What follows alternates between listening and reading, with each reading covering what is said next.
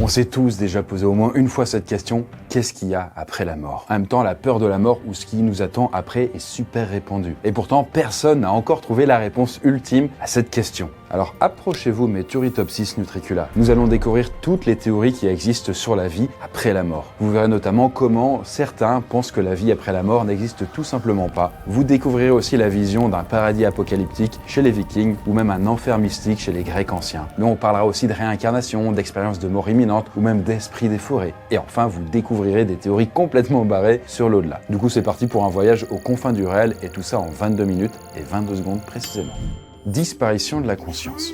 Si on se base uniquement sur la science, la théorie la plus répandue est que l'au-delà n'existe tout simplement pas. En fait, pour faire simple, pour la majorité, on va dire, des scientifiques, l'existence d'une âme ou d'un esprit séparé du fonctionnement biologique du corps et du cerveau, c'est pas possible. Pour eux, la conscience et la pensée sont considérés comme des processus chimiques produits uniquement par le cerveau et qui, comme tous les organes, nécessitent un apport donc en oxygène et en nutriments pour fonctionner correctement. Et quand le cerveau n'est plus alimenté, ces processus s'arrêtent de fonctionner et la personne, là, en arrêt cérébral et puis peu de temps après, elle meurt. Son corps va alors se putréfier et il ne restera que quelques traces comme des os. Bon, le problème de cette vision-là, très matérialiste, c'est qu'elle est difficile à accepter pour énormément d'humains, car ils ont du mal à imaginer ne serait-ce que leur propre mort. Quand on essaye d'imaginer notre mort, nous essayons de nous mettre à la place des personnes décédées et de leur attribuer des pensées, une certaine existence. C'est parce que nous ne pouvons pas vraiment concevoir ce que c'est que de ne pas être là, de ne pas exister, de ne pas savoir si nous existons ou non. La croyance naturelle en l'âme nous pousse à supposer qu'il y a un créateur derrière tout, que chaque chose a une raison d'être. Notre conscience devient alors le résultat d'un phénomène surnaturel qui nous dépasse. Cela a plus de sens pour nous que de dire que nous sommes le fruit d'un simple hasard lié à la reproduction des espèces.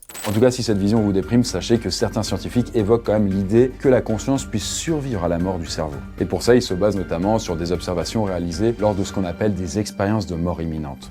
Expérience de mort imminente.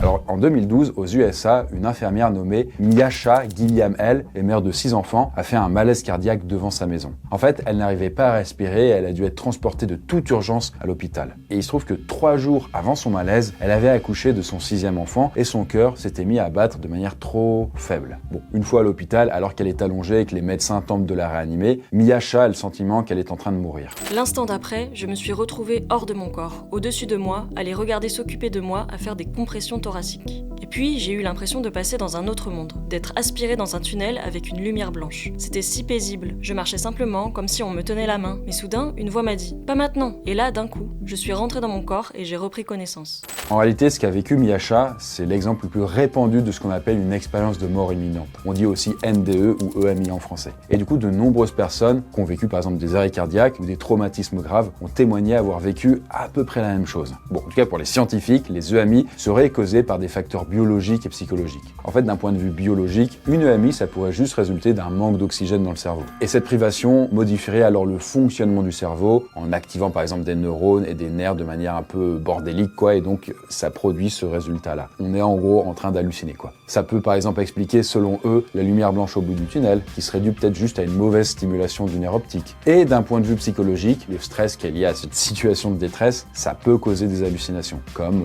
le fait de voir des proches pour se rassurer. Bon, dans tous les cas, on a quand même remarqué que même après l'arrêt du cœur, eh bien notre cerveau continue à fonctionner de manière assez intense pendant à peu près 30 secondes. Mais après, on ne sait toujours pas précisément ce qui advient de notre conscience une fois passé ce délai. Alors, je le précise, il y a eu quand même des millions de cas de EMI à travers le monde, donc même à travers ces quelques explications que j'ai données, ça n'explique pas tout.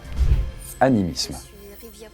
En 1923, le pape Pie XI décide de financer une expédition pour étudier les croyances du peuple pygmée d'Afrique centrale. Il envoie donc un missionnaire et un ethnologue du nom de Paul Skebesta enquêter sur place. En fait, le but, c'est de démontrer qu'il existe une sorte de monothéisme primitif qui précède toutes les autres croyances et montrer que Dieu existe dans toutes les cultures. Sauf que tout se passe pas comme prévu. En effet, il semble que les Pygmées croient bien en l'existence d'un Dieu créateur unique. Cependant, Paul Skebesta, il découvre que ce Dieu est vraiment loin pour eux et qu'il n'a pas vraiment de rôle dans la vie quotidienne. Parce qu'en réalité, les Pygmées, ils vivent surtout en communion avec les esprits de la nature, qui peuvent les aider pour la chasse ou pour les protéger de maladies ou au contraire même leur vouloir du mal. Et il se trouve que les Pygmées, ils partagent cette vision du monde avec d'autres peuples autochtones d'Amazonie ou même d'Australie typiquement. Et c'est ce qu'on appelle justement l'animisme. Pour les animistes, les plantes, les animaux partagent avec nous une intériorité. Il est donc possible de communiquer avec eux dans nos rêves ou par des incantations magiques qu'ils chantent mentalement toute la journée. À ceci s'ajoute que chaque catégorie d'êtres, dans l'animisme, compose son monde en fonction de ses dispositions corporelles. Un poisson n'aura pas le même genre de vie qu'un oiseau, un insecte ou un humain. C'est l'association de ces deux caractéristiques, intériorité et disposition naturelle, qui fondent l'animisme. En fait, dans l'animisme, les âmes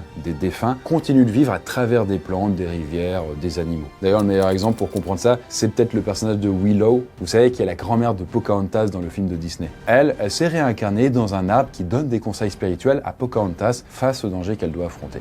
Tous les esprits du monde veillent sur toi. Paradis ou enfer?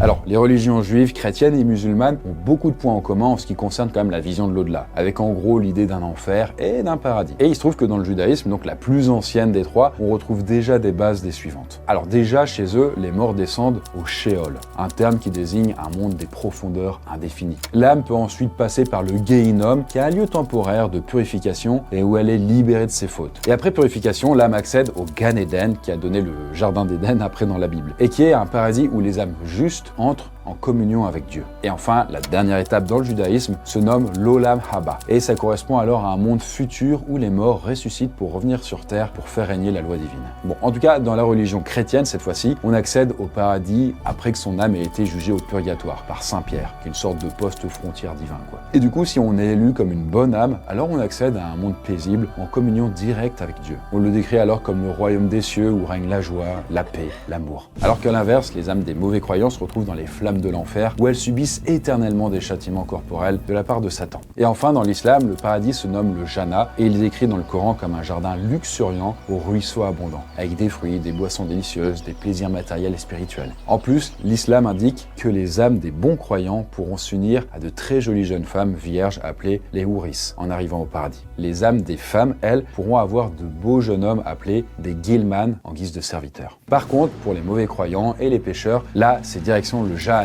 qui est donc l'enfer pour les musulmans. Et c'est un univers constitué d'un feu intense qui brûle les mauvaises âmes de façon éternelle. Les enfers d'Hadès. Si vous êtes déjà allé à Paris, vous connaissez sûrement l'avenue des Champs-Élysées, qui est considérée par certains comme la plus belle avenue du monde. Mais peut-être que vous ne connaissez pas l'origine de ce nom. Parce que cette avenue, elle a été créée déjà en 1674 par André Le Nôtre, qui était tout simplement le jardinier du roi Louis XIV, afin de prolonger le jardin du palais des Tuileries. Il se trouve que le nom Champs-Élysées, c'est une référence au royaume des morts dans la mythologie grecque. En fait, c'est comme ça qu'étaient nommés les jardins paradisiaques réservés aux âmes vertueuses et celles des héros. Et du coup, pour l'avenue Champs-Élysées, le but c'était de lui donner un aspect mythique pour redorer l'image de ce lieu qui à la base c'était quand même plutôt une zone marécageuse où passaient les eaux usées de la ville. Et du coup dans la mythologie grecque, les morts rejoignent le royaume souterrain d'Hadès, donc le dieu des enfers, et de sa femme Perséphone. Après avoir traversé le fleuve Styx, eh bien les âmes sont dirigées vers différentes régions selon le vécu des défunts. Typiquement les héros et les gens justes, eux, ils vont aux Champs-Élysées, alors que les âmes impures et les criminels subissent plutôt le châtiment au Tartare. Mais la majorité des âmes errent sans but véritable dans une sorte de jardin appelé les prés d'Asphodèle. Sauf que pour quitter les enfers, les âmes peuvent aussi boire l'eau d'un fleuve appelé l'Été. En tout cas, en buvant ça, elles pouvaient alors oublier tout de leur passé et de leur séjour aux enfers et se réincarner alors dans un autre corps directement sur Terre. Le jugement d'Osiris. Alors en 2023, des archéologues ont fait une découverte exceptionnelle au niveau de la cité antique de Touna al-Gebel. En fait, il s'agit d'un papyrus vieux de 3500 ans, connu sous le nom de Livre des Morts, et qui mesurait 14 mètres de long, ce qui est vraiment rare, quoi. Le Livre des Morts, pour les Égyptiens de l'Antiquité, c'est une sorte de guide fait de formules magiques et de textes religieux pour accompagner les morts vers l'au-delà. Et le fameux papyrus était placé à côté du cœur du défunt afin d'accompagner son âme dans l'autre monde. Mais les chercheurs ont également découvert au même endroit beaucoup d'amulettes, mais aussi des petites figurines appelées des shaptis qui servaient de serviteurs aux morts. En fait, selon la croyance, ces figurines s'animaient dans l'au-delà et prenaient vie pour accomplir les corvées à la place du défunt. En tout cas, chez les anciens Égyptiens, la mort était perçue comme la séparation du corps et des trois composantes de l'âme. Déjà, le Ba qui correspond à la personnalité, l'Ankh qui représente le souffle vital et le Ka qui est l'énergie vitale. Et en ce qui concerne le corps, les Égyptiens pensaient qu'il devait rester intact pour que l'âme du mort puisse réintégrer le corps dans le monde des morts. D'où l'importance de la momification et de l'embaumement, c'est-à-dire l'application de crème et d'huile magique sur le corps, et qui permettait, en théorie, du coup, de conserver le corps en bon état.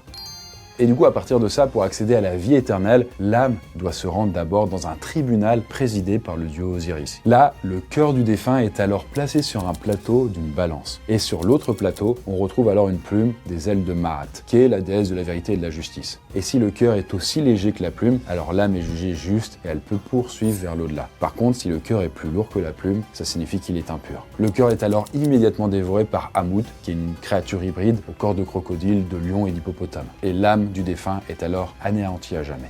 Le samsara. Vous croyez en la réincarnation, chef Coca? Faut déjà que je vous raconte l'histoire d'une jeune indienne nommée Shanti Devi. Parce que Shanti, elle est née en 1926 à Delhi. Et pendant son enfance, elle n'arrêtait pas de dire à ses parents et à ses amis qu'elle avait eu une vie antérieure. Parce que déjà, à 9 ans, Shanti était capable de décrire précisément la maison de son ancienne vie, qui était située dans la ville de Mathura. Et encore mieux, elle était même capable de citer le nom de son ancien époux et de leur fils. Là, ses parents, à un moment, ils sont quand même intrigués. Et ils ont essayé de vérifier quand même si ce qu'elle disait était vrai. Et il se trouve que, en effet, à l'endroit précis indiqué par Shanti, une femme du nom de Lugdi Devi était décédée 9 ans auparavant. Là, ils décidèrent alors d'organiser une rencontre entre leur fille et le mari et le fils de Lugdi. Et là, Shanti, qui arrêtait pas de répéter ça depuis qu'elle était petite, elle les a reconnus directement. D'ailleurs, elle était même capable de décrire les objets ayant appartenu à Lugdi avant même de les voir. Très vite, cette histoire-là s'est répandue dans toute la presse indienne. Et le fameux maître spirituel Mahatma Gandhi en personne a même fini par réunir une commission de 15 membres pour examiner le phénomène. Et il se trouve que le rapport de la commission conclut que les connaissances de la fillette dépassaient celles qu'elle aurait pu obtenir naturellement.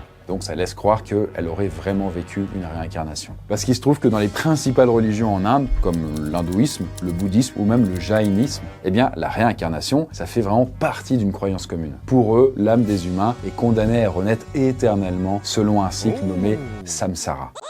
La croyance au samsara repose sur l'idée que le cours de notre vie est déterminé par nos actions dans nos vies antérieures. Le but ultime est d'atteindre la libération du samsara, appelé moksha. C'est un état de sagesse qui brise le cycle des réincarnations et donc des répercussions de nos vies passées sur notre vie. D'ailleurs, petit fun fact, mais un psychiatre américain nommé Ian Stevenson a passé une grande partie de sa vie à étudier les phénomènes de réincarnation, dont celui de Shanti. Et il affirme même avoir recensé 1400 cas de réincarnation de par le monde. Mais bon, en tout cas aujourd'hui, ces études sont quand même très critiquées et la majorité des scientifiques estiment que la réincarnation n'est qu'une croyance religieuse sans réalité biologique, on va dire. En fait, selon eux, c'est plus un phénomène qui s'explique par des coïncidences, des troubles psychologiques ou alors des biais cognitifs variés.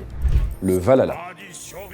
Alors, dans la mythologie nordique, et notamment chez les Vikings, l'équivalent du paradis, ça s'appelle le Valhalla. Mais là, attention, ce lieu n'est réservé qu'aux guerriers morts courageusement au combat. Et le Valhalla, il est situé dans le royaume des dieux nommé Asgard, et qui est gouverné par le dieu Odin. Et il se présente sous la forme d'une immense halle dont le toit est couvert de boucliers dorés, et il pourrait accueillir apparemment jusqu'à 600 000 guerriers. Et lorsqu'une guerre a lieu dans le monde des vivants, les Valkyries, qui sont des divinités guerrières, choisissent les âmes des guerriers les plus valeureux pour les amener au Valhalla. Et une fois sur place, là, les guerriers s'affrontent tous les jours dans des batailles où ils s'entretuent, sauf qu'ils ressuscitent juste après pour partager un bon banquet, quoi.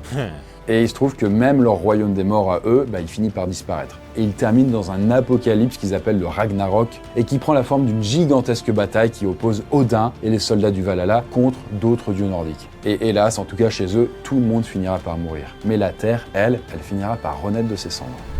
Le Mictlan. Rien compris, moi. Chez les Aztèques, le monde des morts s'appelle le Mictlan. C'est là où vont la plupart des âmes. En fait, le Mictlan, c'est pas un simple lieu. En fait, c'est un voyage posthume réparti en 8 à 9 étapes, avec des épreuves que l'âme doit passer à chaque étape. Mais là, attention, tous les morts ne vont pas dans cet endroit-là. En fait, ce qui va déterminer le destin de l'âme, ce n'est pas le vécu de la personne, mais les circonstances de son décès. En fait, pour le Mictlan, seules les personnes décédées de mort naturelle, de vieillesse ou de maladie y ont droit, quelle que soit leur origine sociale. D'ailleurs, petit fun fact, mais un petit chien était souvent placé dans les tombes des gens pour accompagner leur âme durant le voyage vers le Mictlan. Mais un autre lieu nommé la demeure du soleil était réservé aux morts plus violentes et aux personnes sacrifiées pour les dieux. Et une fois sortis du Mictlan, les âmes pouvaient parfois revenir sur Terre réincarnées en animaux ou en plantes. Ce qui explique d'ailleurs tout le respect des cultures amérindiennes vis-à-vis de la nature. Les Kami. Es-tu prêt à entendre les destin qui t'attend. Alors, si vous êtes fan de manga, vous connaissez sûrement les films d'animation de Hayao Miyazaki et son fameux studio de production Ghibli. D'ailleurs, parmi ses œuvres les plus connues, par exemple, il y a Le Voyage de Chihiro, c'est mon préféré par exemple, Princesse Mononoke aussi, ou encore Mon voisin Totoro. Et justement, dans chacune de ces histoires, on retrouve quand même la présence de kami, et qui sont des esprits qui prennent la forme d'éléments naturels, comme des rivières, des forêts ou même des animaux. Par exemple, dans Le Voyage de Chihiro, on retrouve le dieu puant, et une sorte d'esprit qui représente une rivière polluée et que l'héroïne du film doit purifier. Ou encore dans le film Princesse Mononoke, là on a Moro qui est une divinité louve géante et qui protège San, et qu'elle considère comme sa fille adoptive. Et enfin, par exemple, dans Mon voisin Totoro, les deux petites sœurs au cœur de l'histoire deviennent potes avec Totoro qui est un esprit de la forêt, ou encore même avec les Noiraudes, qui sont des petits esprits de poussière, qu'on a même dans Chihiro. En réalité, tous ces kami utilisés par Miyazaki sont issus du shintoïsme, qui est l'une des religions les plus pratiquées au Japon. Et dans cette religion, l'âme des ancêtres ne disparaît pas, mais continue d'exister dans un monde invisible, en lien étroit avec les vivants. L'âme des ancêtres joue alors un rôle protecteur au sein de la maison, et on leur dédie alors des petits autels et des prières quotidiennes pour leur rendre hommage. D'ailleurs, dans le shintoïsme, on se pose moins la question d'un enfer ou même d'un paradis. En fait, ce qui importe, ce sont les bonnes relations que chaque famille entretient avec les kami. Le spiritisme. Peut-être que quand vous étiez ado, il vous est arrivé de faire une partie de Ouija avec vos potes. Et pour ceux qui connaissent pas, en fait, ça fonctionne avec une planche en bois, généralement avec des lettres, des chiffres et les mots comme oui et non qui sont inscrits dessus. Et le but du jeu, c'est d'invoquer des esprits fantômes pour qu'ils répondent à des questions, soit par oui, non ou en épelant les mots. Les joueurs placent alors leurs doigts sur une sorte de petit curseur troué et ce dernier est censé bouger tout seul, comme si les fantômes guidaient les doigts des joueurs. Et en fonction des déplacements du curseur, on peut découvrir les réponses des esprits. En tout cas, au-delà de l'aspect un peu fun pour les soirées Halloween, en fait le Ouija, ça tire ses origines d'une croyance bien réelle qui est née aux États-Unis au 19e siècle et qu'on appelle le spiritisme. Et en fait, le principe est simple. Selon le spiritisme, il est possible de communiquer avec les morts, car leurs âmes continuent d'exister dans notre monde, mais sous forme d'esprits invisibles. Et les adeptes de cette croyance utilisent différentes techniques pour communiquer avec les esprits. Et parfois même, ils essayent de justifier leur vision avec des techniques, on va dire, parfois pseudo-scientifiques. Petit à petit, la science va entrer dans le spiritisme en développant l'usage de la photographie, de la radiographie, des enregistrements sonores, de la prise de température dans les pièces. Le but est d'essayer de prouver scientifiquement que les esprits existent. Sauf que malheureusement, plus on utilise la science, plus on truque les faits et les résultats. Cela a vraiment handicapé le spiritisme, car il était pratiqué par un certain nombre de personnes malhonnêtes. On était davantage dans la prestidigitation, une sorte de spectacle avec un côté voyeuriste. D'ailleurs, petit fun fact au niveau du spiritisme, vous savez, Victor Hugo, c'était un grand adepte de cette croyance. Et il aurait, lui, apparemment participé à près de 130 séances de spiritisme. D'ailleurs, dans un livre qu'il a écrit intitulé « Le livre des tables », il affirme avoir pu discuter avec Molière, Shakespeare ou même Jésus-Christ, et même avec la mort elle-même. L'univers comme simulation. Qu'on est dans un programme informatique. Alors vous le savez, le film Matrix est l'un des plus célèbres à aborder l'idée que nous vivons dans une simulation informatique. D'ailleurs, si vous êtes très observateur, vous avez peut-être déjà remarqué une scène où le héros Neo ouvre un livre intitulé Simulacre et simulation. Bien justement, sachez que ce bouquin n'a pas été choisi au hasard, car c'est celui d'un philosophe français nommé Jean Baudrillard qui a essayé d'analyser la théorie de la simulation. En fait, pour faire simple, cette théorie affirme que nous pourrions vivre dans un monde simulé sans s'en rendre compte. Et dans ce cadre, notre mort serait juste comparable à la fin de la simulation pour nous. D'ailleurs, au passage, cette idée de simulation, elle a déjà été évoquée par le philosophe René Descartes. Et ça remonte quand même au XVIIe siècle. Et lui, il imaginait que notre monde pouvait être une simulation. En fait, selon lui, un être supérieur nommé le malin génie serait à l'origine d'une grande illusion qui nous fait croire à la réalité qu'on vit. Et d'ailleurs, selon Descartes, une chose est certaine, c'est que le fait de douter de la réalité prouve qu'on est capable de penser indépendamment du malin génie. Et c'est ce qu'il résume d'ailleurs avec la phrase devenue culte « Je pense, donc je suis », et qu'on peut traduire par « Si je suis capable de penser, c'est que j'existe réellement ». En plus de nos jours, cette question de la simulation, elle est revenue à la mode avec l'IA qui produit des images de plus en plus réalistes et qui rend difficile la distinction entre le vrai et le virtuel. D'ailleurs, récemment, le milliardaire, l'homme le plus riche du monde, Elon Musk maintenant, il a déclaré que lui, il était sûr qu'on vivait dans une simulation informatique géante. Et il se base sur ça sur le philosophe Nick Bostrom.